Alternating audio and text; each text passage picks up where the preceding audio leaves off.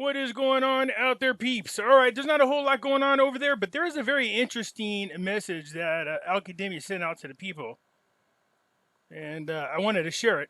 Don't it look like he's being interrogated or something? Before we get into it, though, if you're thinking about buying some gold and silver, reach out to our friends over there at Money Metals Exchange. The link is down below in the description. If you are a first-time buyer and you spend more than $100, use promo code Pimpy, P-I-M-P-Y, and you will get a free half ounce of silver. For those of you looking for my address, there it is. You guys want to encourage you to come over and check out my other channel. Over there, I am posting stuff that I cannot talk about over here on this YouTube channel. You know why. There are some stuff regarding the audit and pedo stuff, and yeah, that's not okay here. So, but you will find them very interesting. So I want to encourage you guys to go over yonder, all right, and check out the new website. All right, so first of all, Al-Qadimi's advisor, the oil price surplus will end the fiscal deficit for the 2021 budget. Yeah, I mean, we saw this article or something similar to it about, I don't know, 4 or 5 weeks ago. They said, hey, with the devaluing of the dinar and us budgeting the oil price at the time was, I think, 42 or 43 bucks. It's now 45.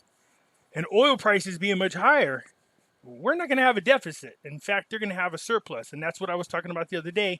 They need to take that surplus, go ahead and start investing it into the private sector, which is what they're doing. The more they build up the private sector, like we know, the whole loop goes all over again. Build up the private sector, more people have jobs, less people on financial aid, people paying taxes, more money to the government, less money going out, builds up the dollar. That's what we want to see happening. So the economic advisor to Mr. Al-Qadimi considered on Saturday that the surplus of oil prices above the price specified in the budget law will end the fiscal deficit for the year 2021. That's barring any issues that pop up between now and then. Not that I want to jinx it. So far, they've been doing pretty good. There was, I think, a drone strike in Kurdistan the other day. So just when I was talking about how good the week had been going, we had that, but they don't seem to have been talking about it since then.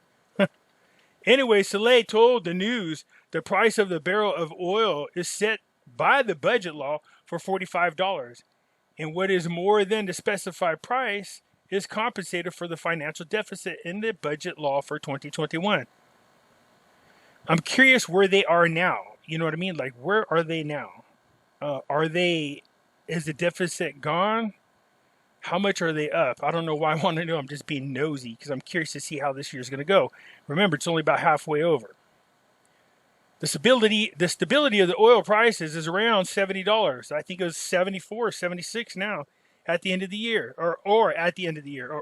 Okay, so they're guessing that's going to be about 70. I'm thinking it's going to be a little bit higher than that, but we'll see.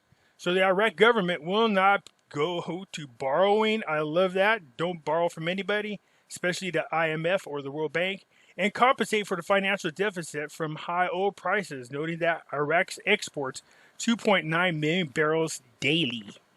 Good lordy, that's a lot of oil.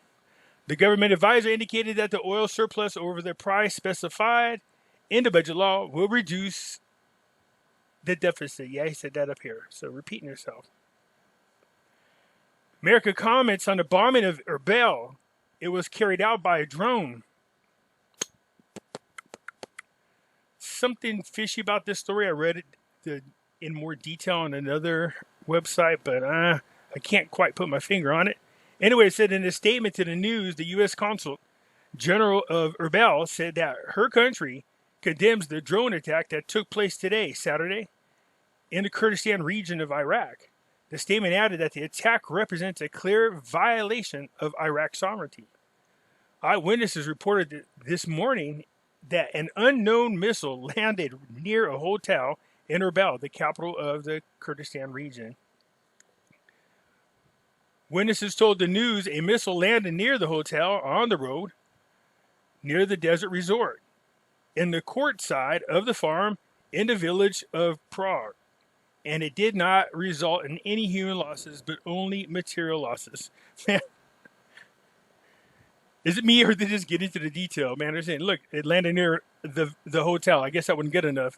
Landed near the hotel, the resort, in the courtyard of a farm. Turn left by the chicken over by where the goat is, okay?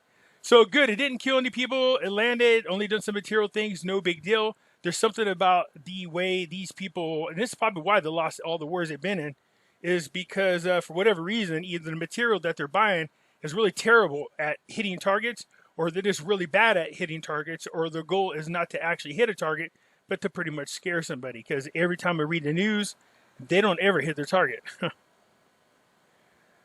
Zarif arrives in Parliament and meets with Al-Abbasi. So good. Today, the Iranian foreign minister, Zarif, arrived in the capital of Baghdad on official visit, during which he met with the foreign minister, Hussein, and the president, Saleh, to discuss developments in the bilateral relationship. This is good. More talks in between countries. I really think this is more about something else, but we'll see. So here it is. Al-Qademi wrote this. There's a much longer version of it down below, but this will kind of get to the point. Al-Qademi, positive signs are emerging in our region and a move towards starting to alleviate the crisis. You know, we're talking about the damn Rona. Get rid of the Rona.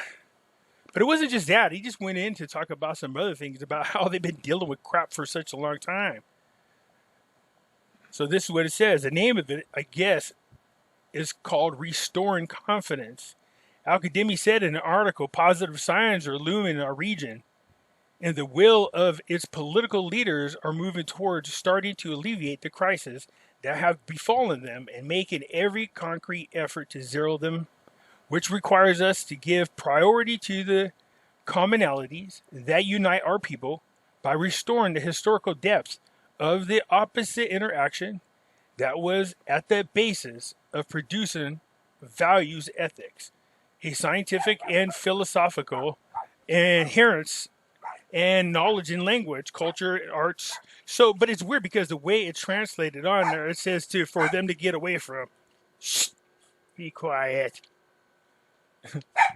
So it says over here, it says we are required to get away from it, which is kind of, I think the wording is just wrong, but basically saying, hey, look, let's get back down to the our roots.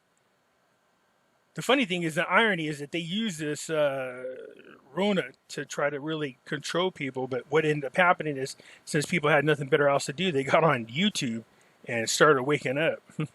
Anyway, it says Iraq as a people and a country has gone through bitter experiences that were not limited to negative repercussions only on us, but also affected the countries of the region and led to regional and international setbacks that are no less dangerous in their repercussions and complications that the complex of the Iraq scene. Okay. So basically what he's saying to them is, look, it seems like we've gotten a grip on this. The economy is going to start to open, which is a good plug for you guys to come back, join this website, and watch these movies, because they told everybody this was going to happen. Some of you have already seen it. Remember what they said this August, what was going to happen. So in one of the memos, it said that they would open up the economies, get everybody, and then take it down. Open up the economies again and again. And they were doing that over and over till it breaks the people. So I hope not. Because I don't know if you guys seen a video floating around on Facebook. But London, them people ain't playing around no more. They have miles and miles of people out there in the streets. Not very thrilled about the lockdown. But anyways, in here, it sounds to me like these people are doing what they need to do to get over the Rona. And he's saying, hey, let's all cooperate. Let's do what we need to do. We're almost there. The nation's opening up. The economy's starting to boom. You know, we're getting away from the oil-only monies. We're starting to build private sectors. You guys can have jobs. Blah, blah, blah, blah, blah.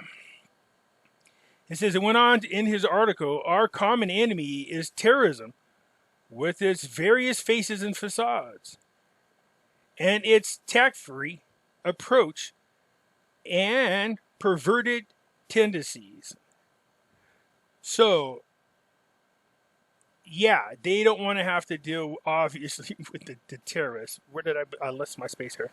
It says, who live in hatred. Okay, so grudging and rejection of the other, falsely heritage and the prophets Sunnah, and cutting the clear verses from the book of the God of the Quran, okay, the Quran, okay, and employing them for their misguided aims. Okay, so basically saying, look, the terrorists, don't get mad at them because they're being misguided.